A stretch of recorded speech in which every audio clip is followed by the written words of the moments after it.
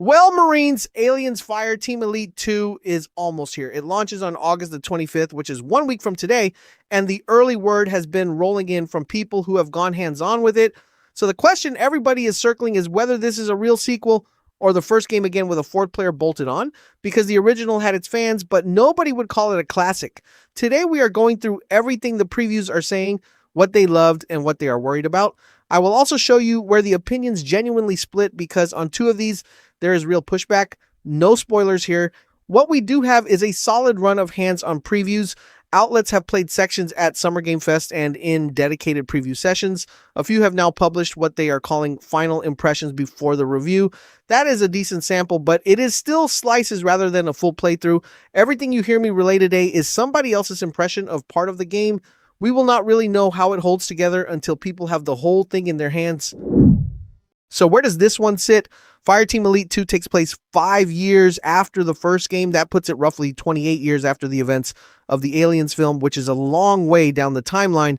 Your squad is responding to intel from your onboard synth. There is a Weyland-Yutani warship sitting in orbit over a colonized planet called LV-558, and the developers have been deliberate about the framing this time. They describe it as a 4-player fight for survival rather than a rescue mission.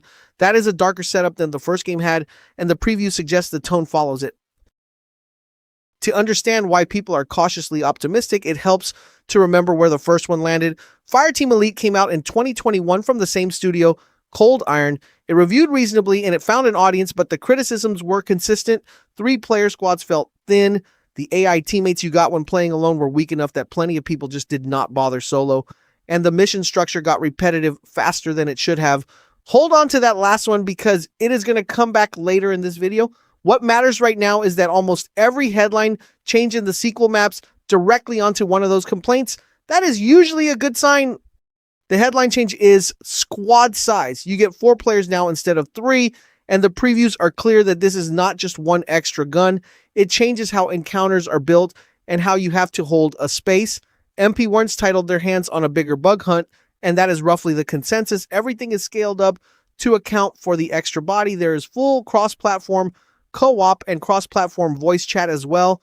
Plenty of games still skip that second one, so it is worth calling out. What the previews describe is that a 4th player changes how you cover angles. With 3, you are constantly choosing which direction to leave open.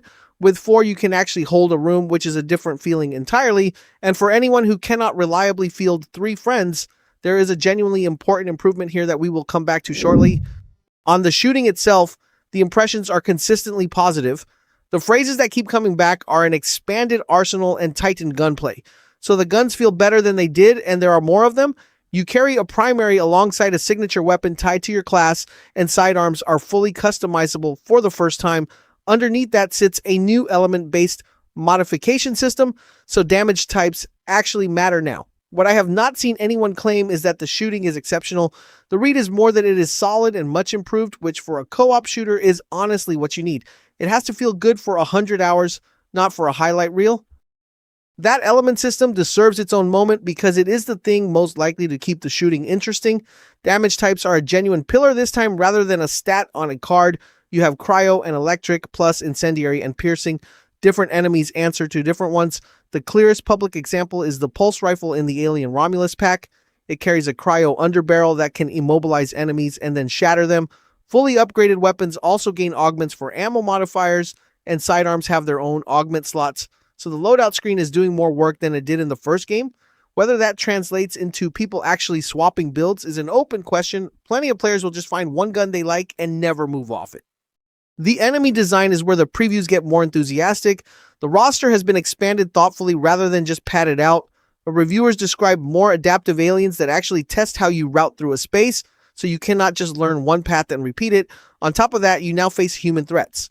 Those complicate your decisions about crowd control and resource management in a way the xenomorphs alone did not.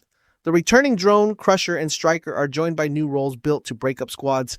The exploder pressures you with suicide detonations. The siren works as a living alarm that calls in reinforcements, and the warden is built specifically to disrupt your formation. There is a harbinger and a bulwark in there too. And it is not only xenomorphs you're dealing with, pathogen creatures and Weyland-Yutani combat synthetics are both in the mix, which is 3 genuinely separate factions with different counters. Something I did not expect to see praised this often is the pacing. Several previews describe a real mix rather than constant noise. You get high-octane firefights and then slower, methodical stretches that demand observation and teamwork. One write-up summed it up as frantic without ever getting too chaotic. That is a harder balance than it sounds for a swarm shooter.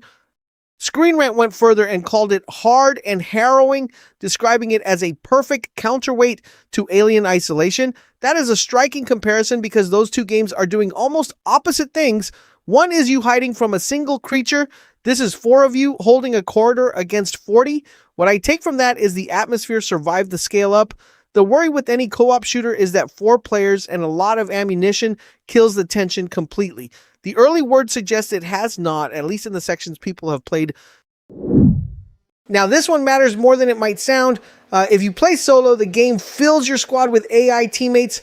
Same if you just cannot find 3 other people. In the first game, those bots were a common complaint. The previews say the AI has been vastly improved for the sequel. That is a direct answer to one of the loudest criticisms of the original, and it changes who this game is for. A co-op shooter that only works with a full human squad has a much smaller audience than one you can reliably play alone. Worth saying, nobody has stress tested those bots across a full campaign yet, but the early rate is that they are no longer the weak link. On structure, there are 6 classes to pick from. You get the Duelist and the Machinist. The Marauder, Hunter, and Medic round out the first 5. The 6th is the Specialist, which you unlock by leveling the others and then build by mixing their abilities. The perk grid expands from 32 slots to 42 specifically to give that mixing room. Previewers who got to it describe it as the endgame toy rather than a starting option. Horde mode also ships at launch this time with dedicated maps built for it, and each session randomly decides whether you are fighting xenomorphs, pathogen creatures, or Weyland-Yutani synthetics. That is the bit I would watch closely because it is the clearest answer to the repetition problem we are about to talk about. Right, the concerns, and there are real ones here because the most consistent criticism is repetition. Previewers note that firefights in the larger open spaces feel more standard to the genre and that they can start to blend together. That gets worse once you have learned how the enemies move and how to avoid their patterns. In other words, the tight corridor fights are the good ones. The open arenas are where it feels most like every other co-op shooter. To be fair to the developers, they appear to know this. Their pitch is that you experiment with different strategies across multiple playthroughs rather than running the same one. Whether that holds up over dozens of hours is exactly the thing a preview cannot tell you. The second concern is difficulty, and this one has been sharper. The sheer volume of the swarms can get frustrating on repeat runs, even though people say the wins feel great, but the pushback from the community has been more pointed than that. The line I keep seeing is that making every enemy a bullet sponge is not the same thing as genuine challenge. That is a fair criticism of a lot of co-op shooters, and it is worth taking seriously here. If the answer to a bigger squad is simply more health on everything, that is not really difficulty design. Nobody has played enough of the final build to say whether that is what is happening, but it is the thing I would be watching for on day 1.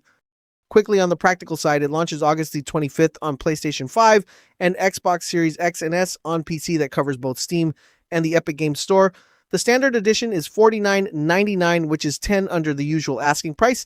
There is a $69.99 40th anniversary premium edition adding Ripley and Herc Mondo themed cosmetics, and separately there is a $9.99 pack tied to Alien Romulus. Cold Iron Studios are developing again, so this is the same team that made the first one. No Game Pass or PlayStation Plus deal has been announced, so do not wait for one.